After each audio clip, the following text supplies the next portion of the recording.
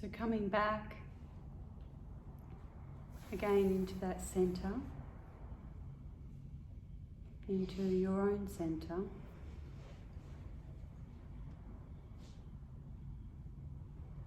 Takes practice moving from this space to the next space. And with practice, you'll be able to be in full alignment with no thought at all, just shifting into different frequencies.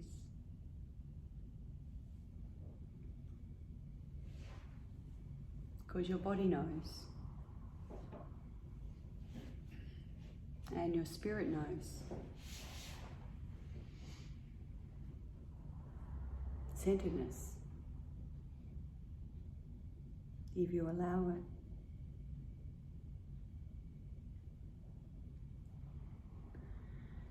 And that's what's going to really help in your navigation. Yesterday I spoke about sailing and what happens when we need to sail that boat in a different direction. It takes a lot of effort to change those sails around.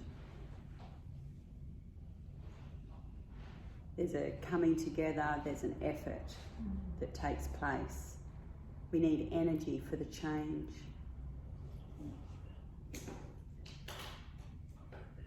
And then as we've redirected our course of that sailing boat and the sails have changed direction, then we can sit on that sailboat and cruise for a little while.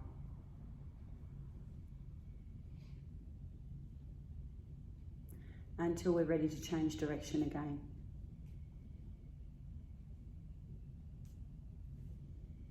Today you've just changed direction.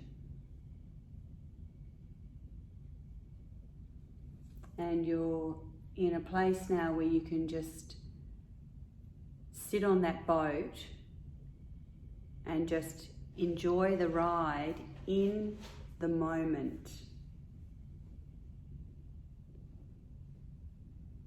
Until the wave comes, until the wind comes, until the ocean and that spirit is moving you in another way, another direction.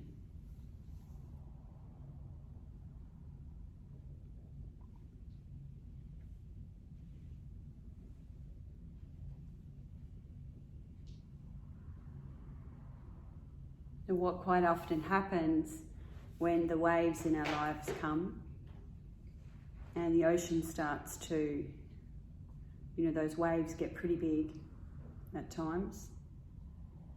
There's that anxiety and that fear that rises up, the panic of the change, within that change. And it's happening all around us, and it happens within us. Every time we've needed to change, unless there's a connection to your own presence and a listening to what the earth and the elements of her, how she's guiding us.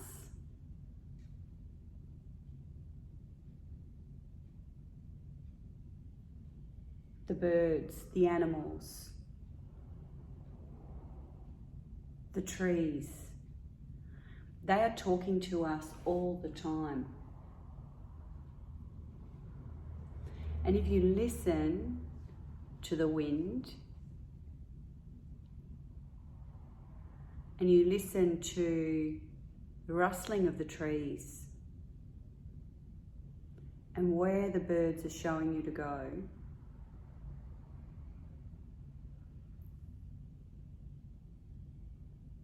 you can move with the rhythm and those cycles of life again.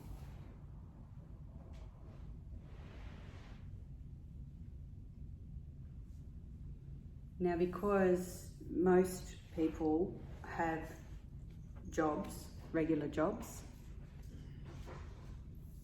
doing your service work in areas of work that are not in that alignment or not working with the natural nature and the natural order of things, you'll need to be more mindful of when you're stepping in and out of those spaces. So you're stepping in and out of unconsciousness. It's like you go into unconsciousness, fall asleep, and then wake up.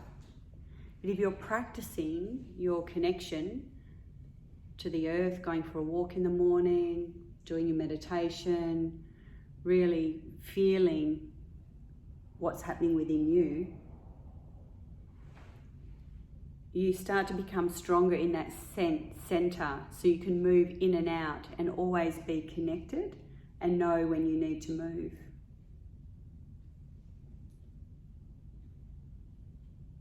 And that's what has been lost.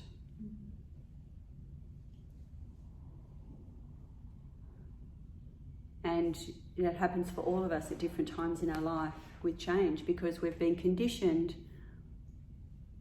with fear of change. And yet everything changes every day.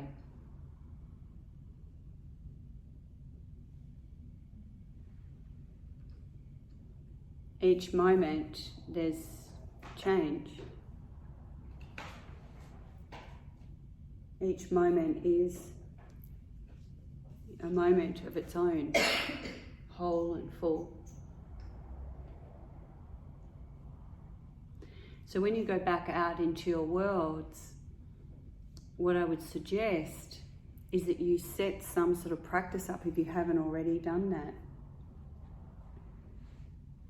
And start to become the observer of stepping in and out of those unconscious worlds into that conscious world, and start to practice being conscious in the unconscious world. So what that means is that you are totally aware and the observer of what's happening within you and what you're feeling inside of your body. There is no focus on anybody else. You might be with someone else and present, holding your presence with someone else, but you're aware of what's happening internally within yourself at that time. And you honour that. You honour whatever's happening for you in the presence of others, of whatever you need to do to be, to move where you need to move to step away or to step into.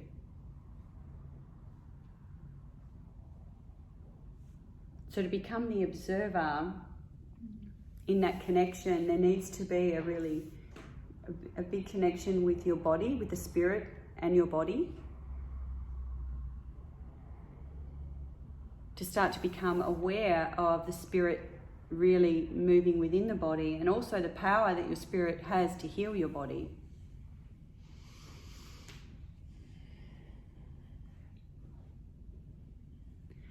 So having a deeper connection with your body. And that's what's happening on the macrocosm, is a deeper connection with the body of the earth.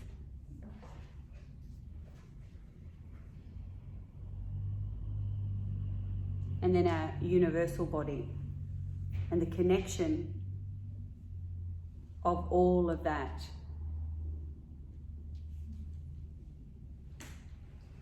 So our multi-dimensional selves supporting our physical body in connection to the physical body of the earth and the multi-dimensional self of the earth. And then all of those other dimensional parts of us that are supporting the universes and all the universes. Because that's how big you are.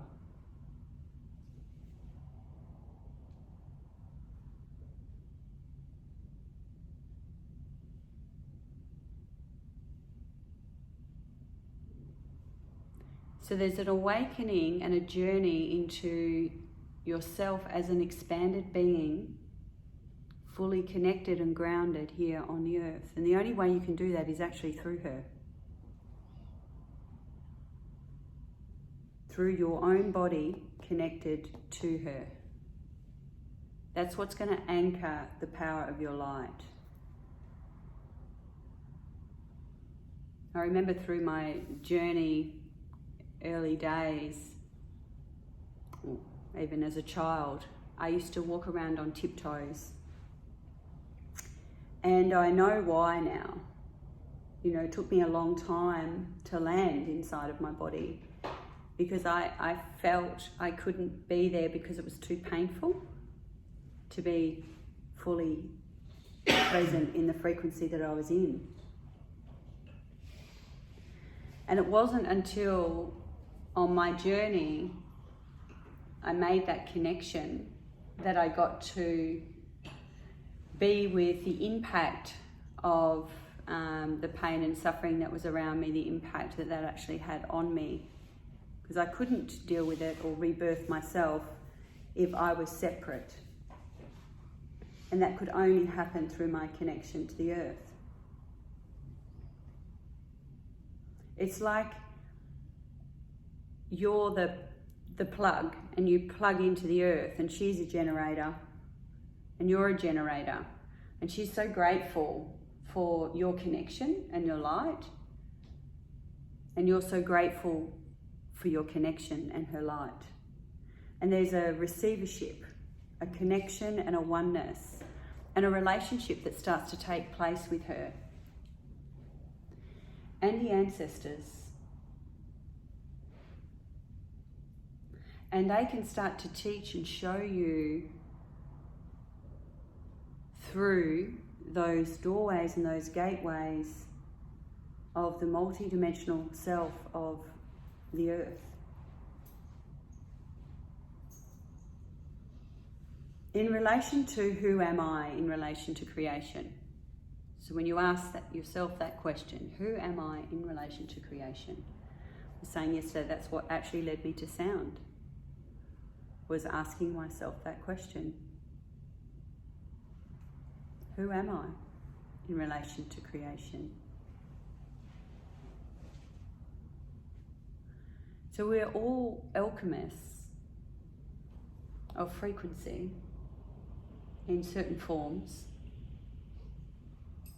And we have the power to change our form and the way we live through that deep listening of connection to spirit. Your soul, and where your soul needs you to be for that expression of joy.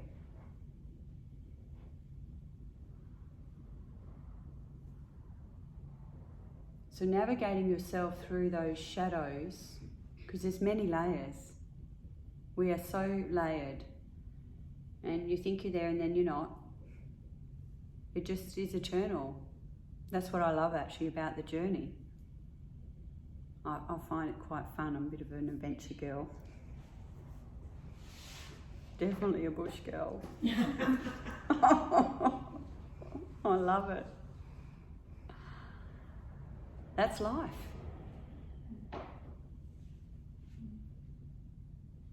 Who here was really into those adventure stories when they were little, like Trixie Belden and the Hardy Boys and...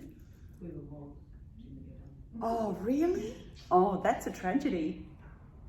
Oh, you've got some homework to do. They're still out there though. They are. Yeah. They are. And I used to, Scooby-Doo adventure, And, now I understand why I was into all of that. Wonder Woman. Imagine not being a Wonder Woman, honestly. Dukes of Hazzard. Of course. Well, I was the Invisible Jet, that's what I wanted. All of those shows, you may have had different ones in another country. They were American. I think I'm talking about American Australian stories. But, we have those adventure stories as children that we grow up with. The Enchanted Tree. Oh, That was a biggie, wasn't it? Enid Blyton. And you know, those stories when we're little and those stories that you're into, you know, they really can create, you know, that imagination of the adventure of life. You know, when you think about the joy that those stories brought you, maybe the last with the Hardy Boys, that was so lovely, weren't they? You know, with that, it's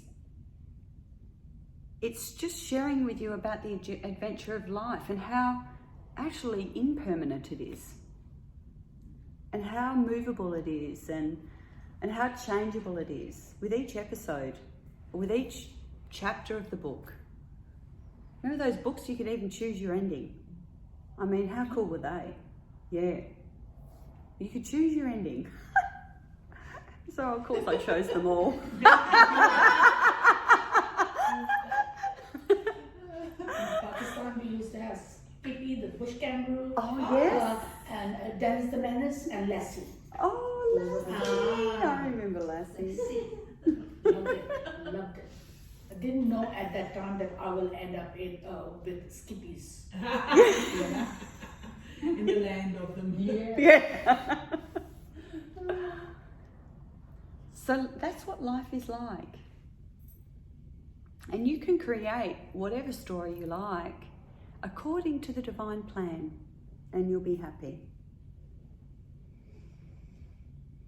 As long as it's in accordance with the heart, with its in alignment, what brings you joy for the greatest good of all. Win-win. Always, it's got to be a win-win. That's fun. Then everyone wins, you know? So with that intention in mind, the choices that you make in life, if you make that from some, you know, this joy that you're just wanting to express, actually for yourself, not for anyone else. It's how I got into healing. It's all about me, you know, truth. And then I discovered all these parts of me that were wanting to be expressed and heard. Just because it made me happy. It makes me so happy when other people are happy. That brings me joy. To see other people connected, like minds coming together. Places being built on a place of loving kindness.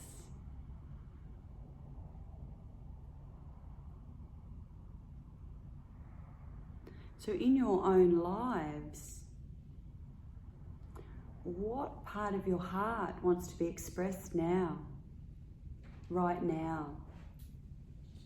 Like if you were to ask your heart, you might even like to close your eyes and ask your heart, what part of my heart would like to be expressed now?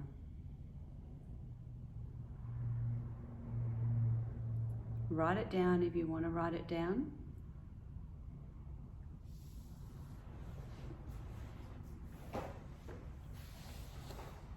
Because it's the only question that you need to know or need to answer for yourself to know your next step. Because when you take that first step, then you'll be shown the next step. With the work I do with the earth, I have no idea what I'm doing. Well, I do in a way, but not until the moment. I know where my heart needs to be and I show up. What's going to unfold from them, I have no idea, and it's absolutely none of my business. It unfolds, it happens, and then I go, ooh, that was big. Ooh, just as well I didn't know that.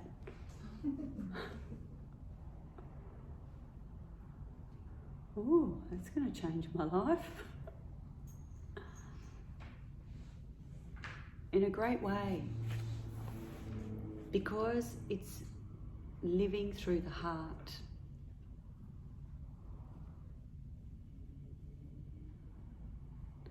So those fears that you've had from the past, they only get juice when you feed it. What if you spent that juice feeding your spirit? Might I suggest that you're brighter and shinier and bigger than who you've ever thought you are? And I'm not talking about from an ego standpoint. I'm talking about your soul. That is so beautiful and so loving and so caring and so wise.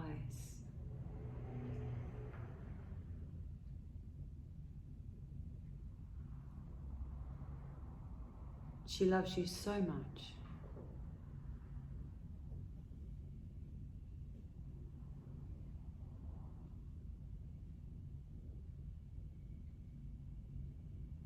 Allow yourself to work with her.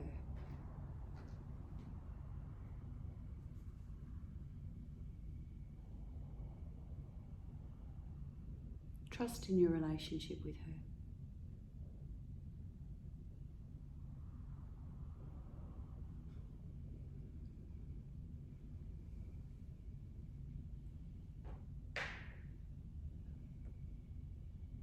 Talking about our Divine Mother.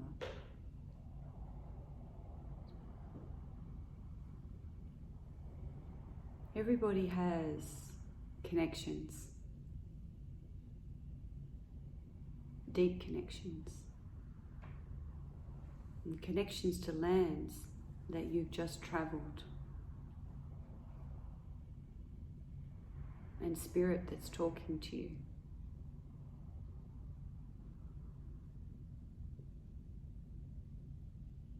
Let that out. Allow yourself a little more freedom inside. You're so worthy.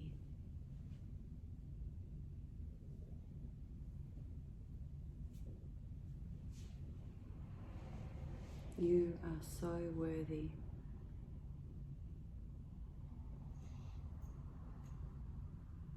And you're more than enough. More than.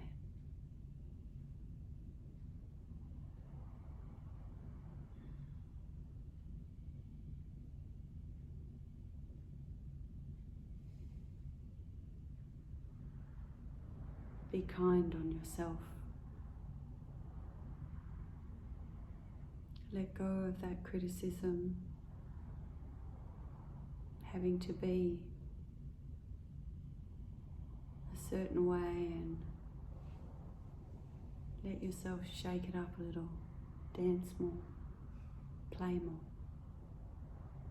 Like really play, dance until you cry, until it comes out. Just put on whatever music moves your soul.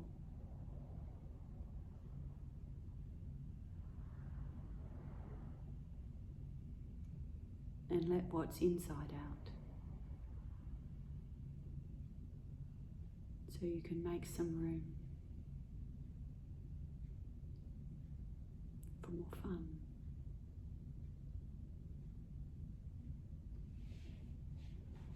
It's not to say you don't have fun in your life, because you do. But the fun that you experience will be with a great freedom in your heart. No containment about what other people might think outside of the conditioned family unit. Let yourself truly be yourself. I see you. And I see your connection with our Native American people.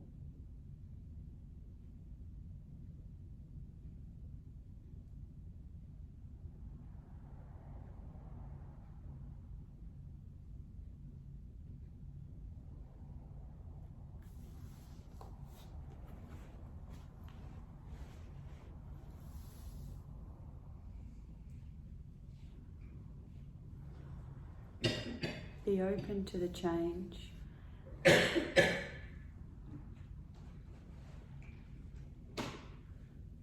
And be open to not knowing the right answer as well. Be open to not knowing.